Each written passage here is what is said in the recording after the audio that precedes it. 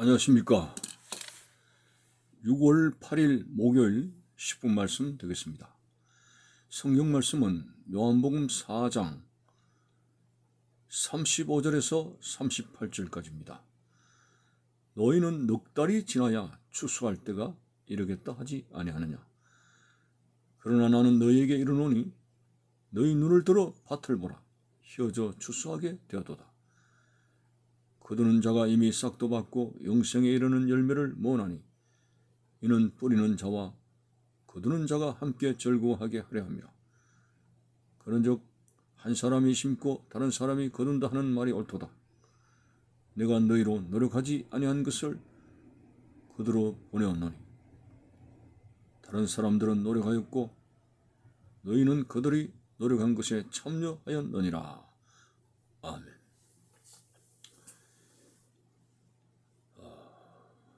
예수님께서 농부 일 중에 추수에 관한 예를 들었습니다. 당시에 아직 추수기는 멀었습니다. 넉 달이 지나야 되는데 너희는 넉 달이 지나야 추수할 때가 이르겠다 하지 않느냐. 자, 예수님께서는 일반적인 밭에 관한 추수를 말씀하시다가 그 추수는 아직 넉 달이 더 지나야 된다. 하지만은 오늘 예수님께서 말씀하시는 영적 추수는 이미 추수할 때가 되었다는 말씀을 하고 있습니다. 35절에 나는 너에게 이르노니 너의 눈을 들어 밭을 보라. 휘어져 추수하게 되었도다. 주께서 하신 이 영적 추수의 말씀의 자세한 의미는 무엇입니까? 오늘 선지자들을 통해서 또 사역자들을 통해서 하나님의 말씀이 무수하게 선포되어집니다. 이것을 농부에 씨 뿌리는 것으로 비유하면은 목회자들은 하나님 말씀의 씨를 계속 뿌렸습니다. 그리고 심령밭에 떨어지게 될 때에 30배, 60배, 100배의 결실을 맺어가며 하나님 아버지께서 보실 때 이제 추수할 때가 되었다는 그들의 신앙의 열매가 익어서 천국 창고에 모아드릴 만한 시기가 되었다는 어떤 의미에서는 종말론적인 구원의 선포가 될 수가 있습니다. 오늘 이 말씀을 구원이라고 하는 그런 분명한 주제에 관해서 이 말씀을 이해하고자 합니다. 우리의 완벽한 구원은 바로 영적 추수에 있습니다. 이 구원의 생명을 창고에 거두어 드리는 분은 하나님이십니다. 하나님께서 그의 사역자들을 통해서 말씀의 씨를 계속 뿌려나가시고 그리고 그 말씀의 씨가 우리 심령 속에 떨어지게 될 때에 결실을 맺게 되고 그 결실을 통해서 하나님은 또한 무수한 열매를 맺혀 있는 그러한 생명들을 천국이라는 곳에 거두어 드리는 그런 과정을 보게 되는 것입니다. 자, 그래서 오늘 우리는 이 영적 추수의 과정을 보면서 농부된 사역자들이 말씀의 씨를 뿌린다고 비유를 하게 되면 씨 뿌리는 비유를 주께서 하신 것을 다시 한번 생각을 해야 되겠네요. 씨를 뿌리지만은 열매를 맺는 데는 우리 마음밭이 상당히 중요한 작용을 하는 것을 봅니다. 길가에 뿌려진 그러한 씨가 있을 때는 길가와 같이 완고하고 교만하고 딱딱한 그런 마음에는 하나님의 말씀의 씨가 먹혀 들어가지를 않고 하나님의 말씀의 씨가 뒹굴고 있을 때 사탄이 주워 먹는다고까지 말씀했습니다.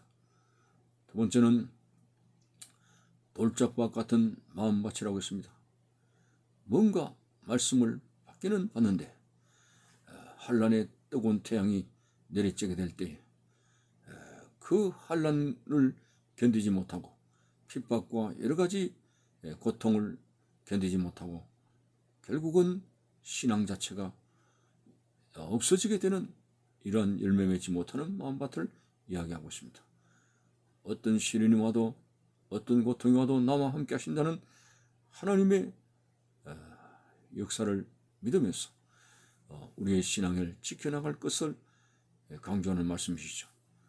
그 다음에는 씨가 떨어졌는데 흙은 깊었습니다마는 줄기가 돋고 잎을 내려고 하면은 그게 가시밭이기 때문에 가시에 찔려가지고 그만 신앙생활의 열매를 맺지 못하는 안타까운 모습을 말합니다. 무엇을 먹을까 입을까 마실까 어떻게 살고 하는 인간적인 염려를 다 주께 맡겨버리고 그렇게 나갈 때에 온전히 신앙생활의 열매를 맺습니다. 옥토는 바로 좋은 밭입니다. 어떤 시련도 역경도 견디는 마음밭입니다. 하나님 말씀을 그대로 받아들입니다. 그래서 열매가 맺히게 되는 것이죠. 자, 이렇게 해서 우리가 처음부터 옥토가 될 수 있겠습니까? 하나님 말씀을 받는 동안에 성령의 역사에 의해서 자꾸 변화가 되어져야 되죠. 돌짝밭에 돌이 깨어지고 그리고 길가에 완고한 그런 마음들이 깨어지면서 가시덤불의 염려라고 하는 것을 주께 맡길 만한 믿음으로 승화되는 것이며 이런 변화의 과정을 통해 가지고 결국은 하나님 앞에 각자가 맺는 신앙의 열매는 다르지만은 그러나 열매 맺는 때가 있고 다시 말해서 주님을 따라가며 말씀을 순종하여 살아가게 될 때 승화되어는 하나님 보시기에 이거하는 열매 성도가 이제 눈에 띄게 되는 것입니다. 그래서 천국 창고에 모아드리게 되는 데 있어서 오늘 우리의 삶에 있어서 이렇게 열매 맺고 천국의 도성에 들어가는 구원만큼 더 중요하고 긴박한 일은 없습니다. 오늘 이 세상이 우리의 삶의 터전이 아니란 이유를 우리가 잘 알지 않습니까? 여기는 우리의 삶을 해치려고 하는 사탄이 왕성한 활동을 하고 있기 때문에 언제나 우리가 인간이 이루었다는 그 자체가 아무것도 아닙니다. 그것은 무너집니다. 모래 위에 집을 지은 것처럼 그것은 무너지고 마는 것이죠. 그래서 오늘 우리는 저 영원한 하나님 나라의 도성에 열매가 맺어서 천국 창고에 모아들여지게 되는 그러한 신자, 그것이 우리의 삶의 궁극적인 목표가 되는 것입니다. 바울은 말했습니다. 나는 선한 싸움을 싸우고 달려갈 길을 마쳤나니 이제 후로는 의의 재판장 되신 주님께서 나에게 멸류관을 주실 것이미로다 하는 말씀을 하셨는데 바로 그의 삶은 이 땅이 아니라 천국에서 삶을 동경하고 소망하고 있는 것입니다. 그래서 이 땅에서 아무리 고통과 어려움과 여러 가지 박해와 시련이 와도 항상 기뻐하고 범사에 감사하고 쉬지 않고 기도하는 그러한 삶을 표방한 것을 봅니다. 그렇습니다.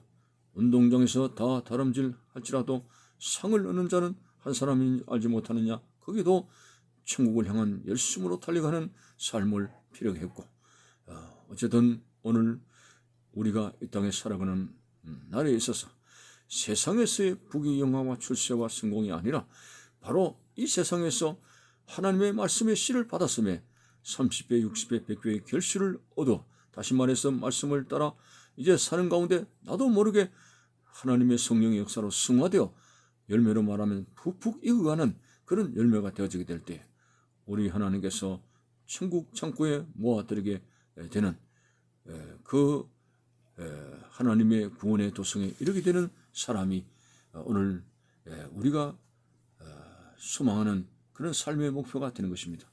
구원을 결코 잃어서는 안 됩니다. 주께서 택하신 우리들 이제 이미 영생을 얻은 그 믿음, 이 믿음의 변질이 오지 않도록 늘 말씀으로 우리를 정비하고 말씀 가운데서 살아가는 구원을 향해서 두렵고 떨리는 마음으로 구원을 이룰 수 있는 마음으로 살아갈 수 있는 우리의 모습이 되시기를 바라는 것입니다. 감사합니다.